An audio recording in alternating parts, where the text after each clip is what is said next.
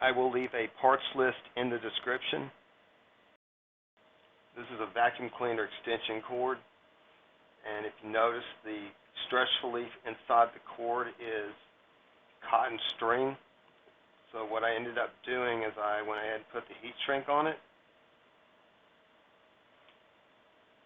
Then I turned around and I tied the cotton strings back together to create the stretch relief. I tugged on it several times to make certain that it was going to work. I put heat shrink doubled up on it on the areas that I'm going to solder. I formed 2 hooks.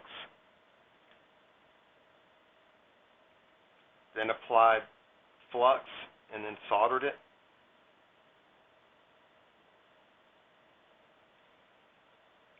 Applied the heat shrink and then went back with the soldering iron just to preheat it a little bit. I ended up going back with the heat gun and making certain that it was sealed off properly. That's after. Then I went back and applied silicone to the damaged areas. Then slid the heat shrink on.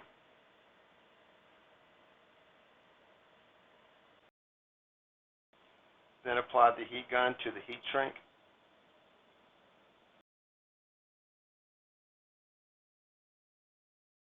Then applied secondary heat shrink.